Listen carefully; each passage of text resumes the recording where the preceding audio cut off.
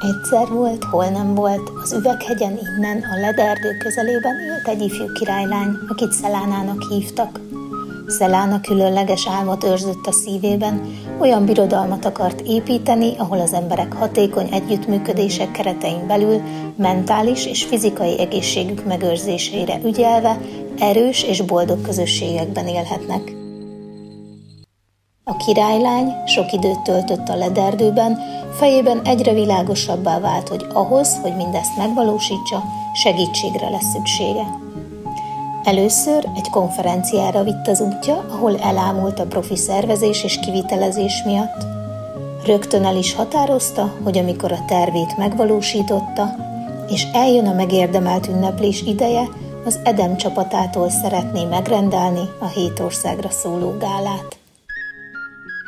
Az emberek hajlamosak azt gondolni, hogy a vállalati rendezvény egyenlő a 7 országra szóló grandiózus méretű házi bulival. Ez a félreértés valószínűleg visszavezethető az általában alkoholmámorban töltött céges évzáró bulikra.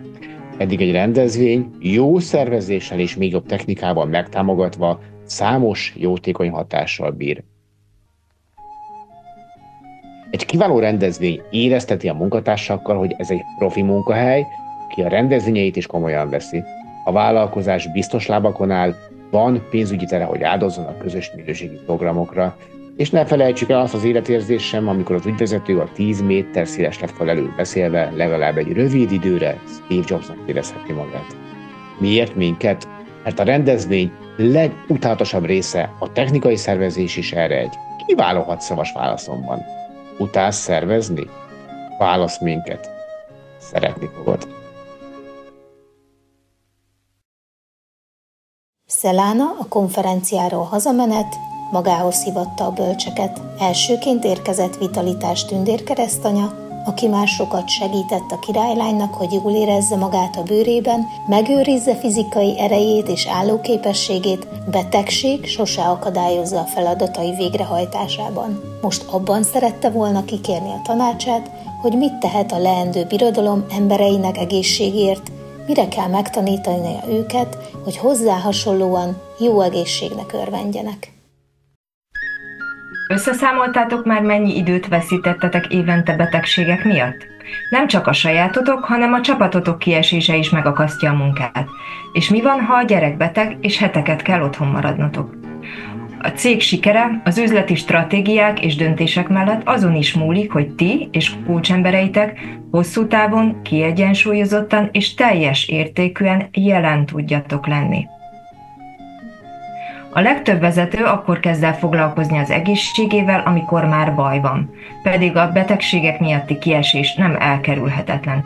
Ha időbe lépünk, csökkenthető. Én abban segítek, hogy a testi egészség ne legyen akadálya a vállalat működésének. Nem kampányszerű megoldásokat kínálok, hanem hosszú távon fenntartható rendszert, melyben a vezetők és csapatuk is stabil alapokra építhet.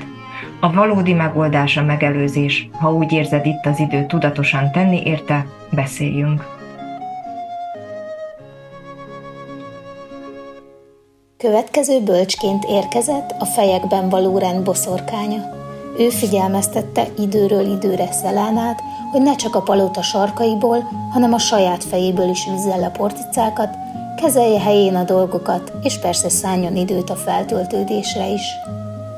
A boszorkánnyal most sűrű tervet szőttek arról, hogy mentál fitness központok felállításával, pozitív, támogató hozzáállással, okos célok kitűzésével fogja tudni megvalósítani az álmát. Azt kérdezitek, mi az a mentál fitness központ? Egy varázslatos, de nagyon is emberi hely, amely a feleslegessé vált kifogásgyárak helyén épült, és van bejárata a komfortzóna és a tanulási zóna felül is. Itt találhatják meg leendő boldogék a hiányzó puzzle darabkáikat, de a szinte kőbevésett sarokpontjaikat is, akár teljesen új képet kialakítva magukban és magukról az önkirakó workshopok segítségével.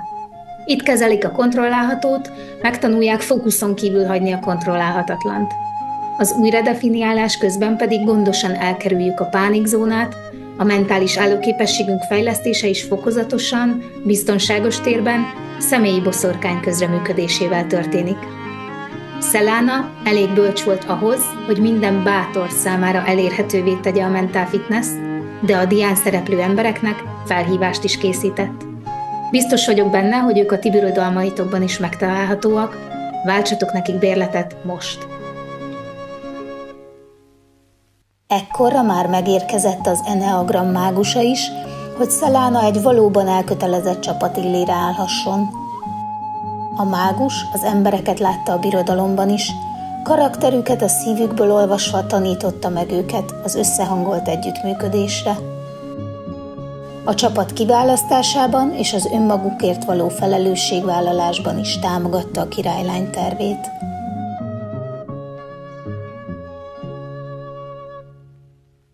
Szelánával egyik nyílt eneagram képzésünkön ismerkedtem meg, ahol rátalált a legbelsőbb hajtóerejére, így újabb tányérok pörgetése helyett már eredményig viszi projektjeit. Hálás volt a tudásért, szerinte azoknak a cégvezetőknek kötelezővé kellene tenni, akik úgy akarnak növekedni, hogy közben az életüket is tudják élni. Stratégiával folytattuk, felső vezetésével együtt megalkottuk a missziót, víziót és értékrendet, továbbá eneagram alapon töltötték fel a szervezeti ábrát. Majd vezetői készségüket is fejlesztettük. Lelkemre kötötte, hogy hatékonyabb működésre törekvő középvállalkozásoknak is elérhetővé teszem ezt a tudást. Ezeket az üzeneteket egy virtuális valóság csapatépítő tréning során 3D szemüveges játékokkal tettük birodalma minden alattvalója számára belső értékké.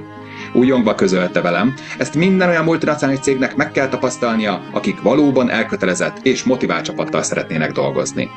A megfelelő tudással felvértezve, valamint lelkes csapattal kísérve folytatta útját Szelána céljai elérése felé.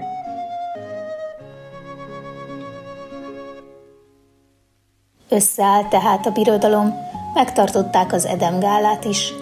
A mesékben ilyenkor boldogan élnek, ám Szelána ennél sokkal bölcsebb volt.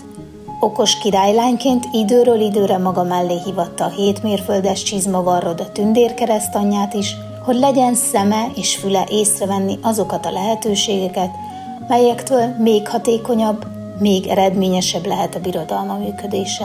Mérje, értse és fejlessze folyamatosan a birodalmát. Királylány tudta, hogy mi vár rá a találkozókon. A stratégiai célok meghatározása, csoportos és egyéni szintű lebontása, más birodalmakkal való piaci lehetőségek alapos számrevételezése, a belső erőforrások elemzése, fejlesztési tervek összeállítása, az éves üzleti terv elkészítése, hogy legyen pénz, és paripa, és fegyver. A mérőszámok meghatározása, a mérési rendszerek finomítása. A királylány szoros kapcsolatot ápolt a birodalom lakóival, mert tudta, hogy kiváló, egészséges és magas teljesítményű közössége csak akkor lesz, ha folyamatosan követi és értékeli az elért eredményeket. A királylány olyan sokat kapott a 7 mérföldes csizma tündérkeresztanyjától, hogy az Edem-gálán bemutatta sok-sok királynak és királylánynak, mert tudta, hogy csak erős birodalmak tudnak kapcsolódni egymáshoz, és egy szép, új, hatékony világot teremteni.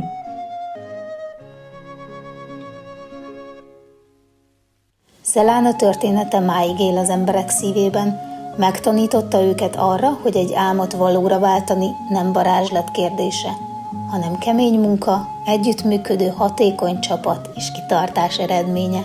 És persze, egy pár jó 7 mérföldes csizma sem árt.